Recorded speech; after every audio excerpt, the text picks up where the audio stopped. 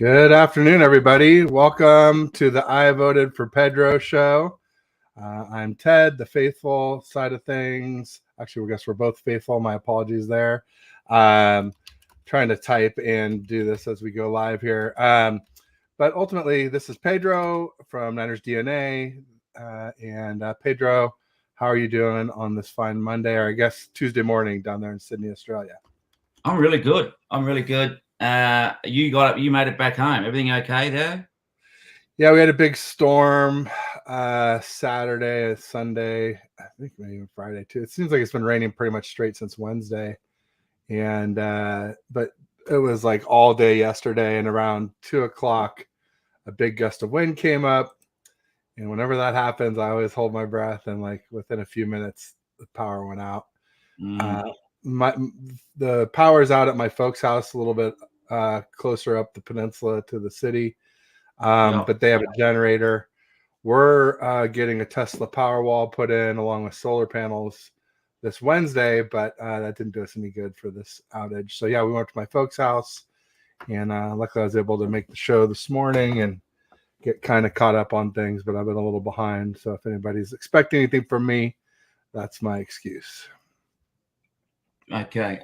Look, there's a couple of things to talk about, as you know. There's the field situation as well as this referee. But I like what James has got to say here. If you just put up his comment, James Durnell, coming to us from across the pond.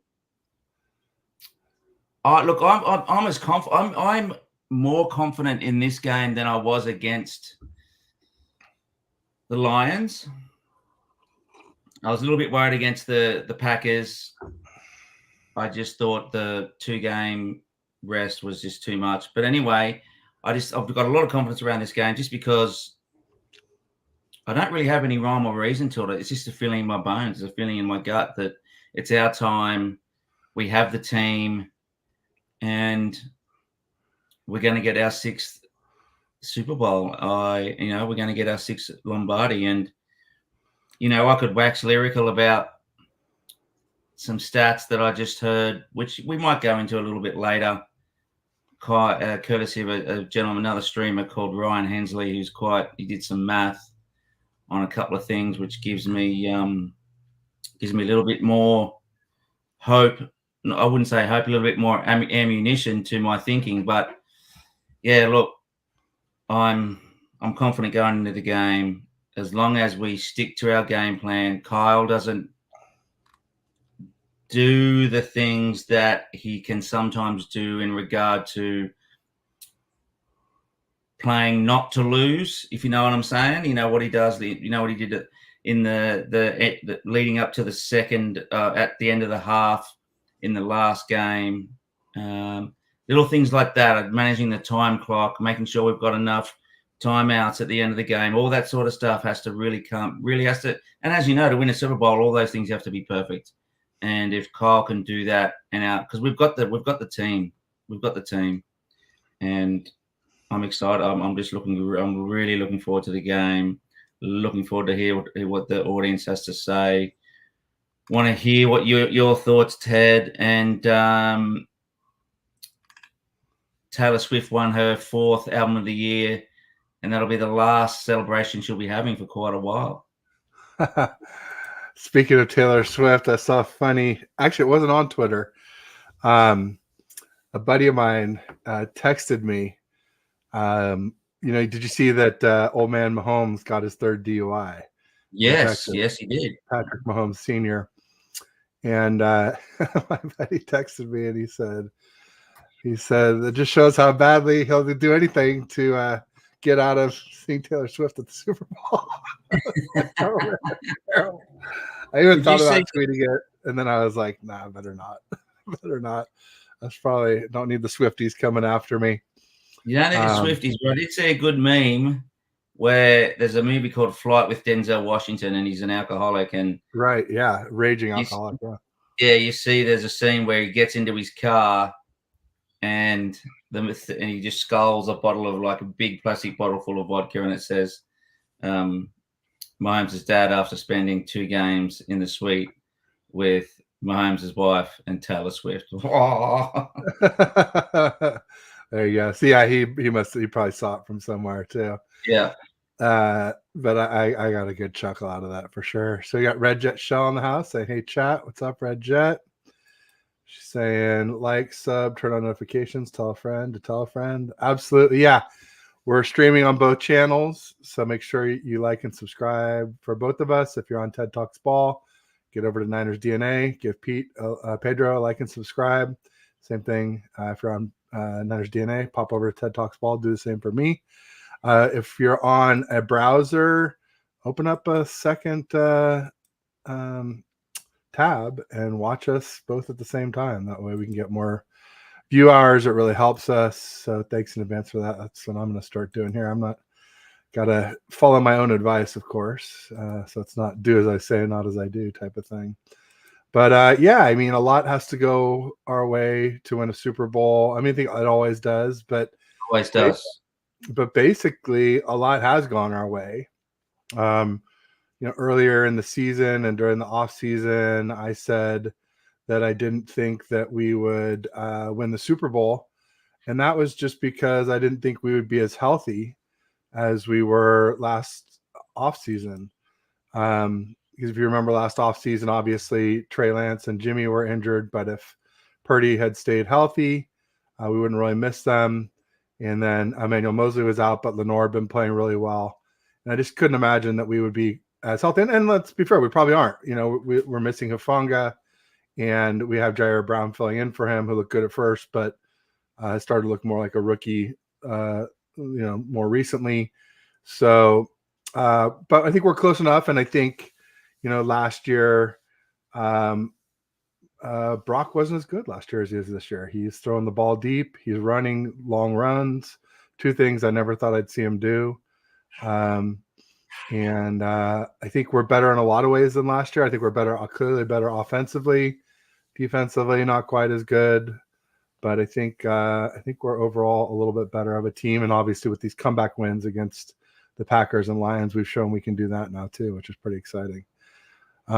Jimmy Perez in the house. He's saying, "What's up, Ted and Pedro?" What's up, Jimmy? What's up, Jimmy? Says 122 penalties in our last game with old Bill V. I think that was the Ravens game Christmas Day, if I'm not mistaken, James. Another one where there were some questionable calls, to say the least. Here we go. There's there. Katya, sorry. Last time it was Andy Reid's kid the night before the Super Bowl. Yeah, that was crazy, where he got a DUI and injured somebody. Oh my God. Yeah. No, and then there was some weird thing. I don't know if you heard last week, but probably not, because we talked early in the week and I had some Chiefs fans on, and they said there was some guy, I guess a Chiefs fan in Kansas City, and they found 3 grown men frozen to death in his backyard. And nobody knows what the heck happened. In whose backyard? Some Chiefs fan, apparently. It's certainly a Kansas City person. I'm pretty sure it's a Chiefs fan.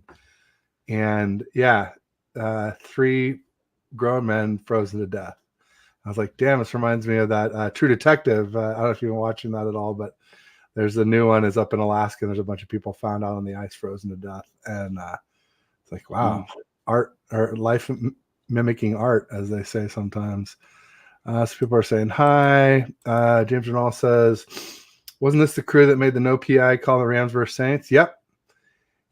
And I'll tell you another no PI call they made was, we talked a lot about Ravens, Niners, and I talked about how I wasn't that afraid of the Ravens because Purdy had 3 tip balls intercepted, and tip balls are typically intercepted like a 3 or 4% rate. In other words, 96-97% of them fall harmlessly to the ground. And I said in one of them, the defender came through Kittle's back, and to me that's DPI. So there's another pretty bad non-DPI call by Bill Vinovich, in my opinion. So yeah, there's some reasons from the title of my show, which was "Will Vinovich hose the 49ers again?" Because I clearly thought that he hosed just against the Chiefs the first time, or well, not the first time, but in Super Bowl 54. Kenny Culp in the house says this year is nothing but continuation of where we left off before COVID. Yeah. Or where we left off when Brock Purdy got injured in the NFC Championship game, which was, pretty good shot at going to the Super Bowl. So here we are. Yeah, the flight was wild. He was a raging alcoholic and cocaine addict. Wild movie. Yeah, it was. Denzel's had a lot of good movies, but that was definitely unbelievable actor. Very good one. People are just saying hi to one another. Besides the penalty and turnovers, we really outplayed the Ravens. I think so. I mean, it's a little hard to say because, we got more yards than them and all that. But, I also discount garbage time yards where the game's basically all but decided. And, you're just racking up a bunch of yards because they don't care about giving up a bunch of yards as long as they keep you from scoring and they keep you using clock to do it. But I see the point, and I don't disagree with it. I'm not like gung ho on that. Yeah, I don't know. I don't know about that one. There you go. What game were you watching? Their defense was on fire. There you go. But like we said, they got a little lucky with the tip balls. Yeah. People can't handle their alcohol in the States, Pedro. There's a lot of people down here, Kenny, that can't either, buddy. I tell you right now. Yeah, it does it to a lot of people. Yeah. Same candidates in the election, the same teams in the Super Bowl, same MVP, maybe. I mean, MVP of the Super Bowl for me was like a tie between, was it Marcus Williams? What was their running back's name? Something Williams. I don't know, but just on the running back thing, is everyone? Do you know the story of Pacheco? What's his first name? Isaiah Pacheco. Have you heard his story? What's that? He lost his brother, and then he lost his sister. I think it was like within a year or two apart. And the way he has built himself back up and become the player that he has. It's just a little thing. I was reading about it yesterday, and I just want to mention it today. Just a little tip of the cap to Isaiah Pacheco for the man he is and what he's become, not letting those things get him down. Well, it's evident in his games who he's playing for. He's a hard runner, and I really dig people who get over adversity like that and stay successful. So my hat is off to you, Isaiah. Inspirational, no doubt about it. That's cool. Well, thanks for sharing that. Always good to learn something new, and something I should have already known, clearly. So the Chiefs running back for Super Bowl 54 was Damian Williams, and he tore it up. And I felt like Damian Williams or Chris Jones deserved the MVP from that more than Mahomes, at least for 3 quarters or 3.5 quarters of the game. But obviously Mahomes tore it up at the end and he got the win. And, they always give it to the quarterback. So that's just the way it is. Yeah, that's right. Just like the MVQ award in the regular season will not go to Christian McCaffrey, even though he clearly deserved it. So I'm just going to look at the Super Bowl. So we have been in Australia. So we opened the 49ers opened $1.83. The Kansas City Chiefs were $2.05. In Australia, they're down into $1.77. Chiefs $2.10. So we're favored. We are favored down here, and I think obviously the Australian bookmakers are taking their lead from the Americans. There could be a weight of money down here on the 49ers, but yeah, there's a lot of money on the 49ers at the moment. That's interesting for sure. I remember we started out at 1.5 points here, dropped to a point, went back to 1.5, and then last I saw it was 2, and it was holding steady there. Right, it's 1.5 down here. 2 still here. So okay. Yeah, so that's interesting for sure. Yeah, I mean, just don't tell the pundits because clearly most of the pundits are picking the Chiefs.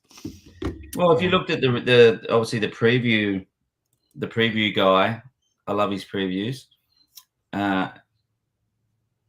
All but two picked the Chiefs.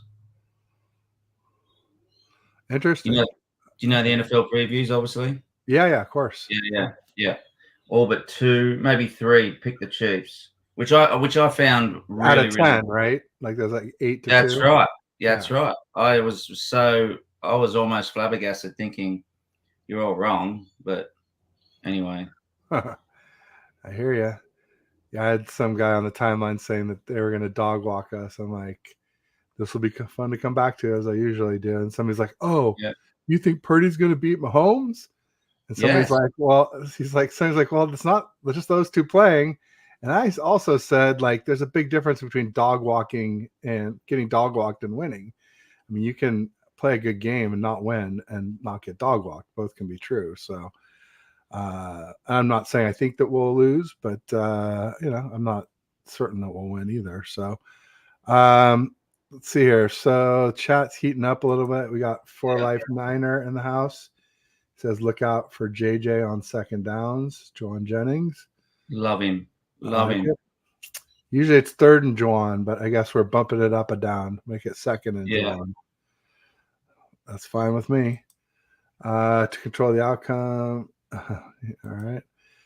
Because the fix is in, they need McDuffie and Snead to laugh about the receivers and stand a chance against them. It's just funny because I also argued with some Chiefs fans who were like, Snead's going to lock down Ayuk and McDuffie will lock down whoever's left. And I'm like, no, he won't, because McDuffie's a nickel corner. So he'll be on Jennings or Kittle or CMC, but Debo and Ayuk are on the boundaries. So McDuffie likely will not cover Debo or Ayuk very much, in my opinion. I don't know. Maybe they move him around. I don't know. But I mean, as a nickel, if he's a traditional nickel corner, traditionally Debo and Ayuk are not covered by nickel corners. So we'll see. Rick Diaz in the house. Welcome, Rick. Can't wait for Sunday. Same here. Keep hearing the Chiefs have the worst wide receiver room minus Kelsey. Yeah, because Kelsey's not even a receiver. So they have obviously Rashee Rice, their rookie. He's pretty good. He's kind of like in the same range as like a Zay Flowers, not as good as maybe say like a Puka Nacua, but he's good. He's good. And the thing about him is he's gotten better towards the end of the season. So it's hard to judge someone like that who's ascending very rapidly and very recently. Then they have, I've been saying that my X factor for the game is a Chiefs receiver. It's Marquez Valdez-Scantling, MVS, formerly of Green Bay. I would say fame, but more like infamy. He was known for dropping all the passes. He's good. He's fast. And he gets open. It's just most of the season he dropped everything. And then against the Bills and the Ravens, he had 2 big catches that helped salt away both of those games. So, I assume Andy Reid will get him open against us. And it's just really, will he catch the ball when, Mahomes almost certainly delivers it to him? That's a big one for me. Other than that, who else do they have at receiver? Let's see. They've got Justin Watson is a good young receiver. But I don't know. I feel like he's hot and cold too. Mecole Hardman, he tore us up in 2022. Absolutely. With all the trick plays on the goal line. Kadarius Toney is back, but I, quote tweeted, I said that's subtraction by addition. I think he's more likely to hurt them than help them, but I don't think they're going to use him a lot as a receiver. I think he'll just be a returner. But even then, his bad hands could come into play. He's the one who tipped the ball that got intercepted against the Lions. And he also had a couple big drops against the Lions in that game 1 matchup where the Chiefs lost to the Lions coming out of the chutes. So But yeah, I mean, I think they have one of the worst wide receiver rooms. I can't think of any that are worse off the top of my head. It's not something I spend a lot of time thinking about, though. No. Usually I'm looking at who's the best, right? Yeah. I just, if we're looking at, again, going a little bit, and I know, stats don't mean a lot, but we have the second best offense. Chiefs have the 9th. We've got the 8th best defense. They've got the 2nd. We're the 4th best passing offense. They've got the 6th. We're the 3rd best rushing offense. They've got the 19th. We don't stop the run that very well, which is good. They've got the 19th. We've got it's got a lot of the things that I think a lot of the other pundits that have been mentioning the tactical battle between Andy and Kyle and Kyle and Spagnolo. Yep. And yep, exactly. And Steve Wilkes, exactly. Yeah. Yeah. So the comment here was that the right tackle, Jawan Taylor, will hold Bosa a lot. I think it'll be more the left tackle, Donovan Smith. I think Bosa usually goes off our defensive right, which is usually against the left tackle. He moves, he flips back and forth. Yeah, he does. And sometimes he even goes in the middle in some kind of a NASCAR package. We've seen that. Yeah. Not a lot lately, but we have seen that. But I think it'll be Donovan Smith who will be holding Bosa. And he led the league in holds in 2022, but that was as a Tampa Bay Buccaneer. Of course, as a Chief, they don't call as many holding penalties on him for some reason. Unless he got better a year older, I don't know. Yeah. I don't know. Who knows? But did you? I don't know if you listened to Colin Cowherd, and John Middlecoff. They had a chat yesterday, and Cowherd had probably the worst take. He doesn't know anything about football. He said, "Will Brock Purdy be QB2 next year behind Sam Darnold?" What? Exactly. And the reasons he gave were just such hogwash. I don't comment on. He was probably just looking to get quoted. Well, that of course, but I don't comment on YouTube videos because they come for you. But I just said, look, this guy he's going. There is no way in hell that Brock will be QB2 ever in this offense. I mean, I certainly don't think so. I heard somebody talk about it on their show, and they were saying basically like Brock's playing with house money at this point. Even in the worst case scenario, if he ever end up as a QB2 somehow, that's still he's done great as a Mr. Irrelevant. And I don't think he was saying he thought he should be a QB2 or anything like that. So yeah, Colin Cowherd's just looking for clicks. He knows that if you piss off 49er fans, we'll come clicking and engaging and calling you an idiot or whatever. And he doesn't care. I think, the draft, and everyone's talking about his draft position, right? But if you talk to his high school coach, his university coach, they tear up when they talk about him, just how good he was, and just how much he meant to their teams, and just how much he meant to his teammates. So, Nick Saban wasn't particularly nice around his comments about Brock, but there's those intangibles that Brock brings between the ears that don't necessarily get shown at the combine, right? Yep. So, thank God, who was it? Was it Greasy that liked him? I don't know. I mean, they're all taking credit now if you pay attention to what they're saying in the pressers. Okay, on that, what do you think of that press conference that Jed York gave? There's been a little hate go towards him. Grant Cohn was saying, well, he had to say it now, take credit now, because, before this, he couldn't say it after the Super Bowl, blah, blah, blah, blah, blah. Have you got any Thoughts on it? I mean, like I said, I think they're just trying to all take credit for something that clearly not everybody was agreement on. Because if y'all agreed on him being who he is, you don't wait till the 7th round to draft him. That's, it was one person who pounded the table at the very end and said, Kyle, get this done. So anyway, I don't know. I think it's kind of funny. I just laugh it off and just say, it's they're shoveling some manure, if you ask me. Yeah. So Kenny says our DBs are a problem, so any wide receivers are a threat. I mean, some of our DBs are a problem. Like Ambry Thomas is a problem, and Isaiah Oliver is a huge problem. But luckily, I don't think we'll see much of him. And Jair Brown is a little bit of a problem. But then our other 3 DBs, Lenore, Mooney Ward, and Gibson, are pretty much nailed. Mooney Ward's incredible. Yeah, and Lenore's been even better in the playoffs last year and this year. So, so to say our DBs are a problem, partially, it's also our scheme is a problem because Wilkes, whenever he gets comfortable, he defaults back to that like quasi prevent defense, guys way off like the ball. Shell. Yeah, huge holes in our zones. And if you have a patient QB, they're just going to tear that apart slowly but surely. Yeah.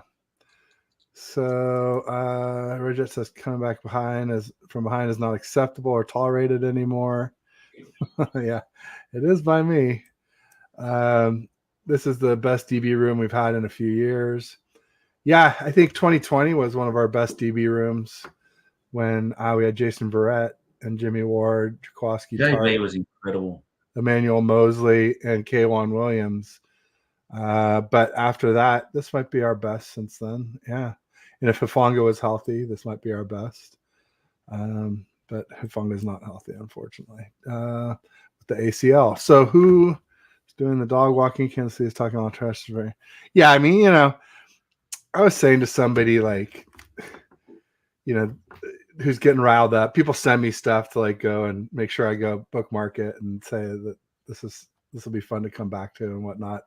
And I'm just like, there's already a lot of casuals already, and Super Bowl takes it to the nth degree. Like, people that you never heard from before pop out of the woodwork for Super Bowl with some opinion that probably, they have no clue, what they're talking about. So try not to get too upset about everything, or at least I'm trying. No, and if you listen to Spagnuolo when he's press conference a day or so ago, he was very, very mindful, respectful, and gave a lot of props to Brock Purdy, just how dangerous he is, the intangibles that he has, and that he's got his job cut out for him. Whether or not that's a little bit of game playing or not, but there was a lot of respect given from one of the best D coordinators that we've had in quite some time. So I would listen to you got your fans on the couch. We're one of those sort of people, but I think taking listening to Spagnuolo the other day again gave me credence, or gave Brock his credence as to just how much of a threat he is to other teams. There you go. Yeah, I agree. For Life Niner had a good one here. He said, "Yeah, who do you think Andy Reid is most preparing for on the Niners squad?" So it'd have to be defense, since Andy Reid, Spagnuolo covers the offense, or goes against the offense. So I would say if I was Andy Reid, I would be preparing for Chase Young, Oren Burks, and Ambry Thomas. Maybe a little bit of Jair Brown, as I mentioned. I think those are our weaknesses on this defense. Yeah. What do you think? So just taking it a little bit further, who do you think he sees the biggest threats? If you're Andy Reid, who Fred, Dre, Bosa, Lenore, and Mooney Ward, maybe Gibson too, are all outstanding. Well, yeah, I'd say outstanding. So we said good. We have 2 good corners and a good safety. I think they're a little better than good. Yeah. But yeah. And then as far as on offense, I think they're looking to try and pick on McKivitz and Feliciano, maybe Banks and pass protection. And not many holes in our weapons, though. No, you cover McCaffrey, we give it to Debo. You cover Debo, we give it to Ayuk. You cover Ayuk, you give it to Kittle. There's just so many things. There's so many ways, if we get it right, that we can get down the field. Yeah. Yes, the safety is a weak spot, but I'd much rather have Tig in there, Jair Brown, than a washed Logan Ryan. At least, Jair's improving. He's been making some good tackles. Some of those times there, he's the last line of defense. So, and he made those tackles. So, look, some of his coverage reads are going to be less than fantastic because he's a rookie. He doesn't, the coverage that he needs to adjust to can be quite difficult, as you know. Well, I don't know. It's such a cerebral game. So, but from a physical standpoint, he's not afraid to put his body on the line, which I like. There you go. If Mooney Ward gets hurt in the first quarter, we're in trouble. We would have to put Lenore or Ambry, one of them, in his spot, and it means you'd probably see Logan Ryan or Isaiah Oliver in the nickel, which neither one is good news.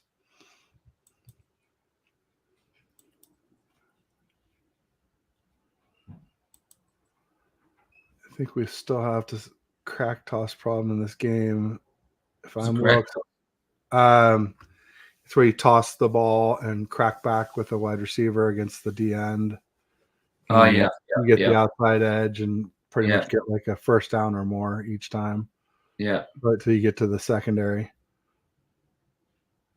I don't think Bosa's the issue. I think it's Chase Young. I think Chase Young likes to chase the quarterback and doesn't like to contain running backs. No, there was some. If you obviously it did happen to Bosa though. Yeah, if you saw that effort play on the third touchdown by Montgomery, you saw him jogging next to the players that he should be tackling, Chase Young. So I don't know what was going on there. Look, it looked very strange, very strange. Indeed, yeah. People are calling him Jog Young. Jog Young, not Chase. Yes. Kenny says mobile QB is our Achilles. Yeah. Anytime you build a defense and spend a lot on D-line at the expense of other positions, then things that can defeat a good D-line are going to give you fits. So that would include mobile QBs. That would include great offensive lines. That would include not so great offensive lines that are allowed to hold with impunity, which we saw in Super Bowl 54. And the Chiefs do have a pretty good offensive line, especially if Tooney somehow is able to play. They have a great left guard, center, right guard combo with Tooney, Creed Humphrey, and Trey Smith. Their tackles, however, are a little bit weak, but I guess they've been playing better lately. I think they probably just have been, not calling as many penalties on them lately, but who knows? I haven't been watching the games close enough to be sure about that, so that's just a theory. Are you haters? Are you still there? I can't hear you. Nice. Like it. Wide out pushes the D inside and the wide 9, and the crack toss is seriously penetrating it. Yeah. 10 plus yards a clip.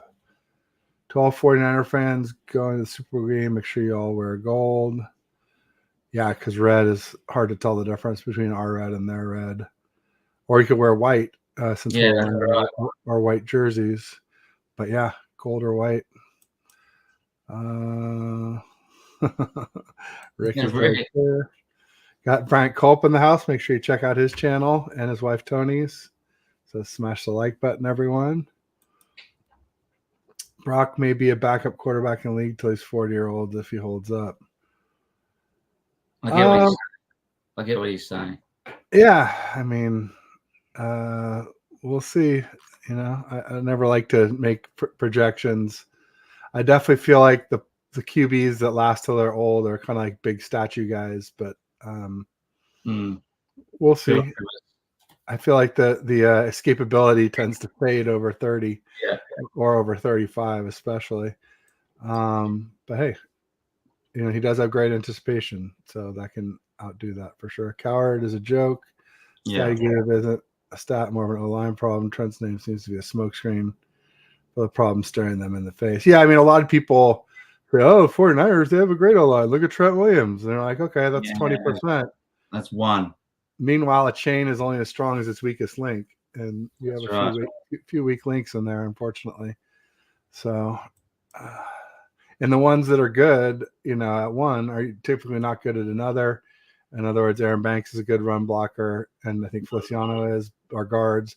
But then our center and right tackle are you know, good pass blockers who can't run block, and kind of vice versa. The guards can block but not pass block. So, if these idiots actually watch all the games and start to ignite us from, no, that's true, but no one's ever going to watch all the games. I mean, I can't even watch all the games, and like, I'm pretty serious about this, so I get it.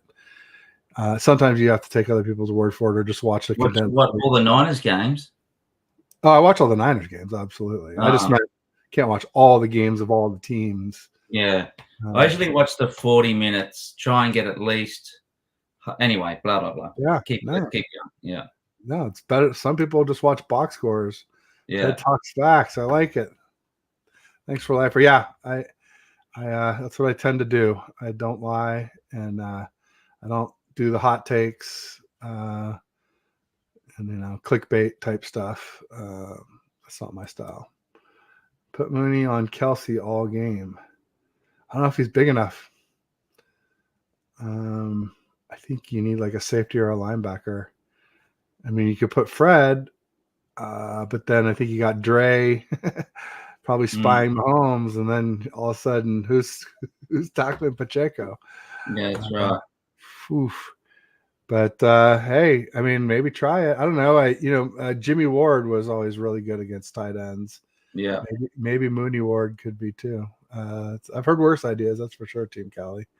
I'm not poo-pooing it, just sort of thinking about why it might work or not work. Fred or Dre will spy or man up on Kelsey and Pat. There you go. All right, so Kenny's agreeing with Team Cali then. Interesting.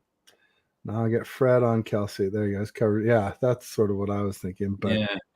The other thing, I mean, obviously on rushing plays, Fred is so good getting through that line. He's just like a stalking lion. Yeah. But one thing I've got a feeling about, I don't know. And I said this last week, Ted, about Kyle's offense being a little bit more vanilla than it's used to be. I just feel like there's gonna be so much stuff that he's gonna do in this game when he needs to. And I think the defense too will just. It almost feels like, you know, they're setting traps. That's the feeling again, it's just a feeling I've got. It just feels like they're setting traps for the Chiefs to fall into. And I just really, really think that Kyle is going to call one hell of a game. I think he will. I mean, he certainly was off to a great start in the last Super Bowl we were in. He had Jimmy G looking like an MVP through 3 quarters. So yeah. Other than the one eyes closed interception, but I think he was like 18 for 21 at one point. Before he fell apart. Womack just hasn't been able to crack the starting lineup. I mean, he hasn't even really been able to crack the second string lineup. I'd love to see more of him. I feel like he's good at coverage. I think it's just his run defense that has kept him off. Is Randy still there? Who that's still there? Randy. I think he's a second line. He's a second team. Randy Elite Daytona? No, not Randy Elite Daytona. What's up, Randy? Randy, what's his full name? He plays for us. Oh, Randy Gregory. Randy Gregory, he's still there. Yes, he is. Yeah. Oh, you can only listen. Then you won't see our funny faces we're making. Yeah. Randy Gregory's there. There's been some talk of having him start at D end and bring Chase Young just on pass downs, make him like part of the nickel edge. But just like the Chiefs are missing Omenihu, we're missing Cleveland Farrell. That's the other one I forgot to mention. I talked about Huff earlier. Cleveland Farrell is not like an impact player per se, but he's good at setting the edge, and that's something we've been lacking on in our first 2 playoff games. Yeah. So there it is. Yeah, I miss Cleveland Farrell. Yeah. If we can just, and it's got a negative connotation, but the dink and dunk, short yardage slants, combined with the running game of CMC, it just frustrates the shit out of defenses when they can't stop the chains getting moved. Yeah, I mean it's demoralizing when they're just getting pounded in the run game. It just takes teams' will to live away from them for sure. 4Life Niner wants to see a Purdy special instead of a Philly special. Give it a CMC.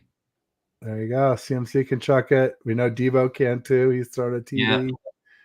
Yeah. Who else? Juszczyk was our backup quarterback for a period of time. He may still be. It's going to be one of my bets actually, to have anytime touchdown by Brock Purdy.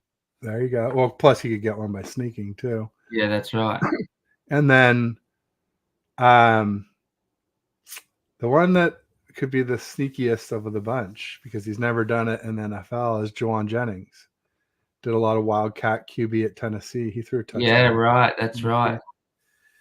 But I think, SEC is obviously, as good as it is for college, it's a far cry from the NFL, far cry from the Super Bowl. But that's when, expect it when you least expect it, they always would say, right? So maybe that's the best time to catch them off guard. Another little bit of information, if you probably know this, Ted. Ayuk used to be a DB and was only considered a DB. Did you know that? I did not know that. Yeah, so Sierra College in Rockland. I knew that part. Yeah. And he grew up in Reno, or outside Reno. Rockland. He grew up a Niners fan. That's why when they had that meme of all the guys as kids, I knew exactly who it was him, because he had the Niner gear on. And then Arizona, U of A, said, "We'll take you as a receiver," and he went, "Yep," because he went to Sierra College, got a bunch of D1 offers. They're all giving him offers as a DB, and it wasn't until U of A said, "We'll take you as a wide receiver," and bang, off he went. Smart move. Huge. So good. Wingspan, fast, massive leap. Is that Herm Edwards down in U of A, or Arizona State, I should say? Yeah, it is, right? Yeah. Yeah. Where'd he go? You went to Arizona State, didn't he? Yeah. Yeah, sorry, not U of A. Yeah, that's fine. Not a huge, unless there's alums in the chat, they may get pissed. But most people aren't going to split hairs over U of A and ASU. Here's Sap calling out Cam for basic. Yes. Cam who? Cam Newton, who's been one of Brock's biggest detractors. He said he was a game manager because he hadn't, come back from far enough behind or whatever. And then he has the comeback from far enough behind. Then he says, "Oh, well, he's not the best player on offense. He's only the 10th best 49er." Yeah, I heard that. And Warren Sapp was just like, "Come on, buddy. You had 1 year where you're MVP, and you were kind of just a glorified running back. You were never a quarterback the way Brock Purdy is. Mm. And he says, you are never that guy, like that he's kind of pretending Brock Purdy should be. And so I quote tweeted it. It's on my timeline. Definitely. I saw it for sure. Yeah. Someone might have pointed it out to me. I'm not sure if I saw that on my own or if it was handed to me.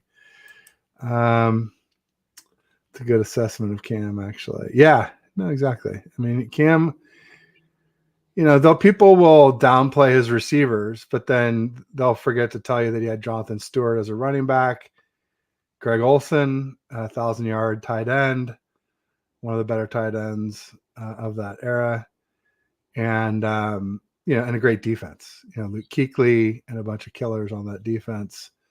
So, yes, he did. Like, he was higher ranked in his own offense than Purdy was. He was the guy. There's no doubt about that. But a lot of it was running. And that's partly why his career was so short, because he just broke down. Yeah.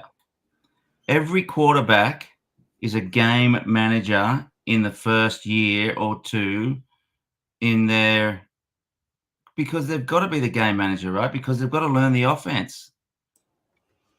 Except CJ Stroud. Well, CJ. Oh, who's the stat girl on NFL channel? I forget her name. Or she does a bit of. She does Cynthia Frelund.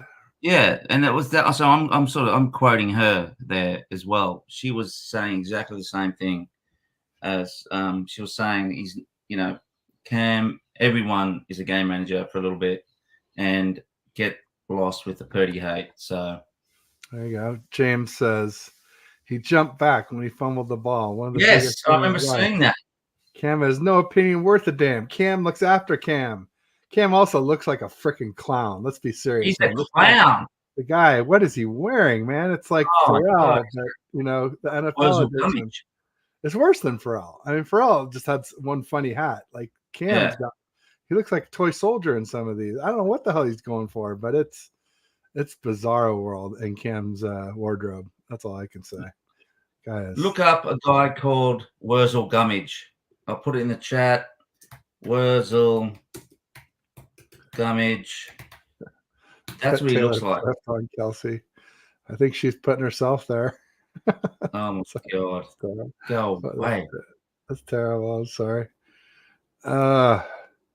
Run, short pass, get Purdy and CMC in the zone. Yes. 100%. I think we know Logan Reiner's our emergency CB, skipped over Oliver and Womack last game. Yeah, no, that's what I was saying. Womack doesn't even seem like the backup, unfortunately.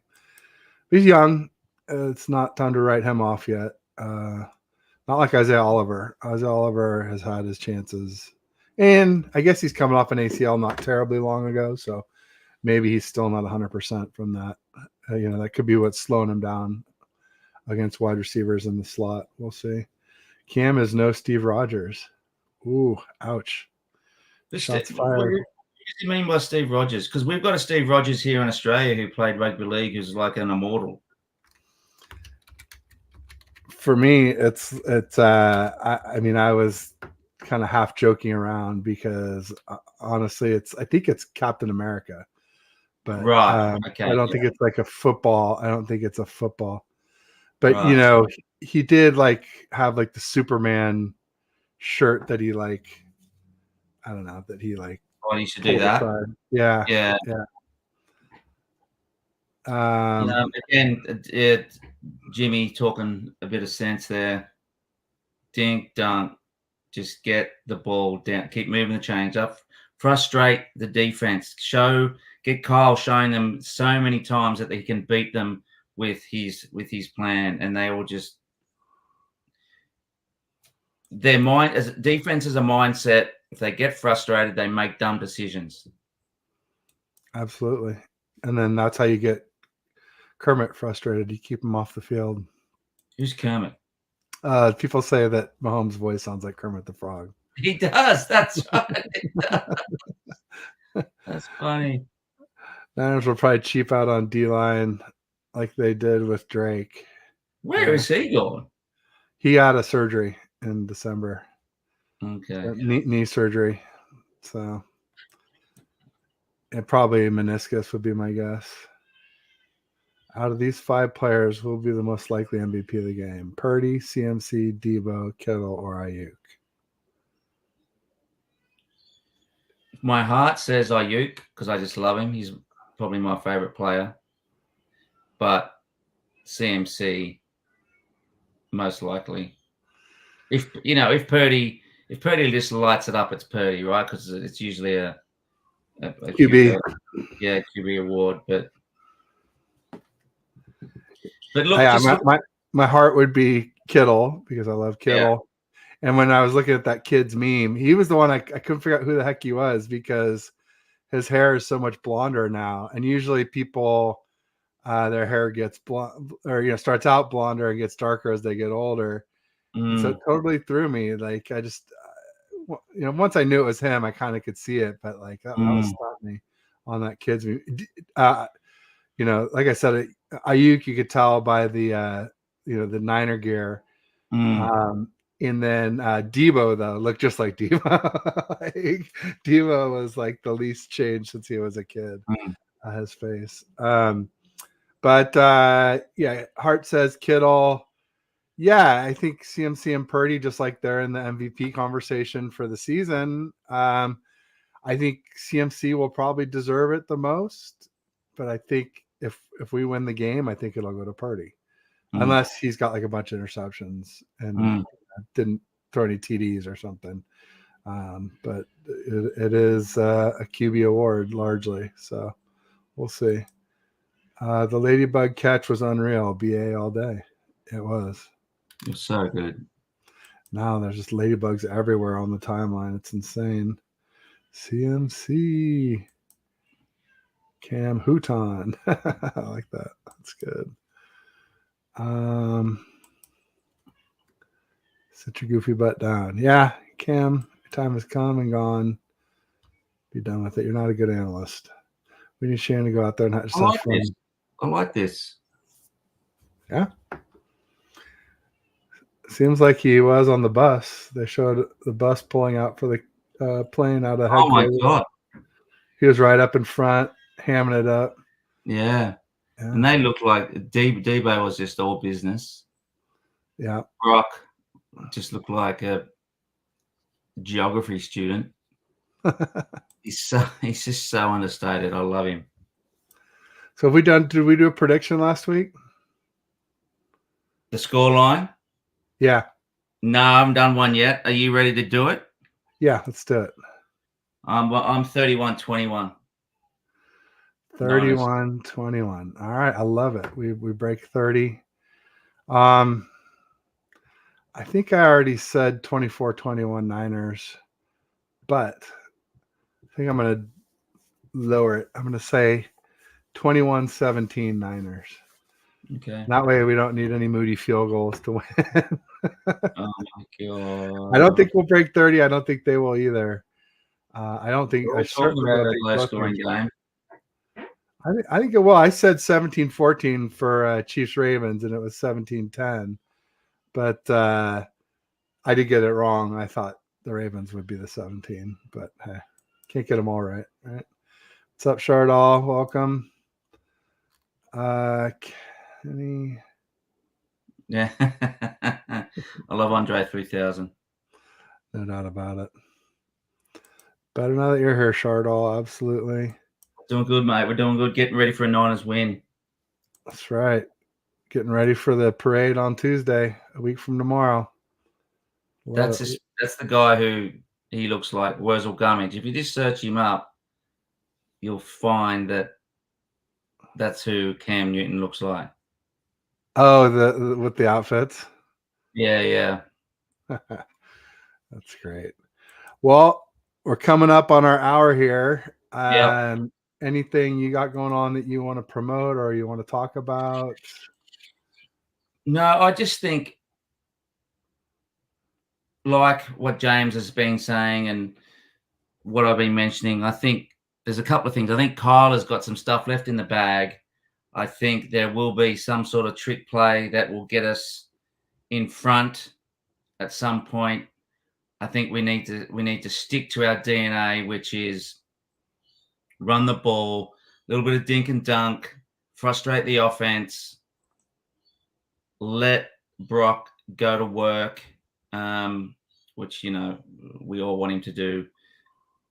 And I think, you know, we can sort of build a lead that I think we can just sustain throughout the game. You know, I'm not afraid of falling behind because I know we can come back, but I am quite confident that we got this. Super happy that we're in the Super Bowl, and yeah, I think our defense will do enough.